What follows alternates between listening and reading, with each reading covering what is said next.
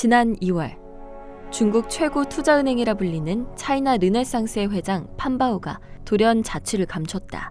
차이나 르네상스를 이끄는 바오 회장은 디디나 메이투안과 같은 중국의 기술 대기업을 고객으로 둘 정도로 선두적 입지를 지닌 브로커다. 그의 실종 후 며칠이 지났을까?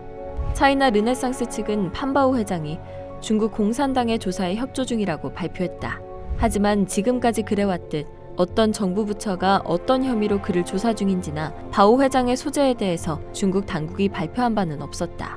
판바오 회장의 실종은 근 몇 년간 중국에서 일어나고 있는 일련의 현상에 대한 관심이 다시금 불붙는 계기가 되었다.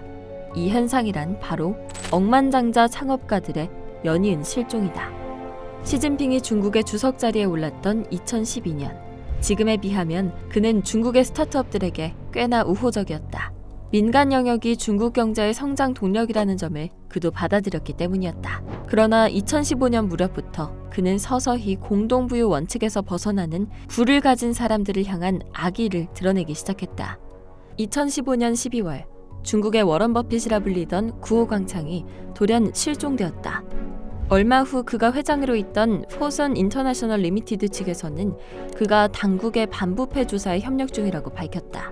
2017년엔 중국계 캐나다인 억만장자인 샤오 지안화가 중국의 호텔에서 중국 당국에게 납치되었다. 그리고 2022년 그가 사기와 부패 혐의로 13년형을 선고받았다는 사실이 알려졌다. 2020년 부동산 부호로 불리던 렌 지창이 자취를 감췄다. 그가 한 에세이에서 시 주석이 팬데믹에 대응하는 방식을 두고 광대 같다고 표현한 직후였다. 같은 해 그는 부패 혐의로 18년형을 선고받았다. 억만장자 사업가들을 향한 피해 숙청은 여기서 끝이 아니었다. 2020년 세계인을 충격과 공포에 빠뜨린 역대급 실종 사건이 일어난 것이다.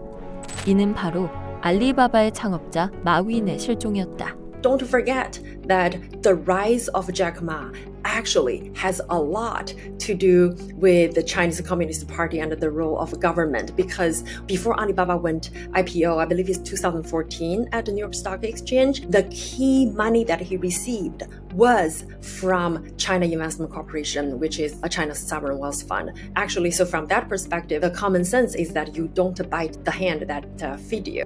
Dramatic downfall of Jack Ma tells you is that, in China, no matter how rich you are, no matter how famous you are, if you run against the Communist Party, or even if you are perceived to be critical of the Communist Party, they can punish you because the country has no human rights, even for the very rich and famous. 마윈의 추락 이후 중국 정부의 기술 기업을 향한 규제는 더욱 노골적으로 변해갔다. 텐센트, 징둥닷컴, 바이두, 바이트댄스, 디디 등이 모두 규제의 몸살을 앓았다. 중국 자본주의의 신화의 저자인 덱스터 로버츠는 중국 공산당의 입장에서 기술 대기업들의 권한이나 영향력이 너무 커지고 있다고 판단했을 것이라는 분석을 내놓았다. China sometimes disappears its billionaires to send a message to industry. It might be a signal that something is coming. 지난 3월 10일 시진핑은 중국 주석으로서의 세 번째 임기를 시작했다. 2018년 주석의 임기제가 폐지된 이후 사실상 그의 임기는 평생 동안이다. 그의 당면한 과제는 단연 둔화하고 있는 중국 경기를 부양하는 것이다. 중국의 엄격한 제로 코로나 정책은 경제 동력을 크게 약화시켰다. 그로 인해 2022년 평균 경제 성장률은 3%에 머물렀으며 이는 지난 1976년 이후 가장 낮은 수치다. 그렇다면 시진핑은 경기 부양을 위해 지금까지와는 다른 선택을 할 수 있을까? 전문가들의 의견은 대부분 그렇지 않다이다.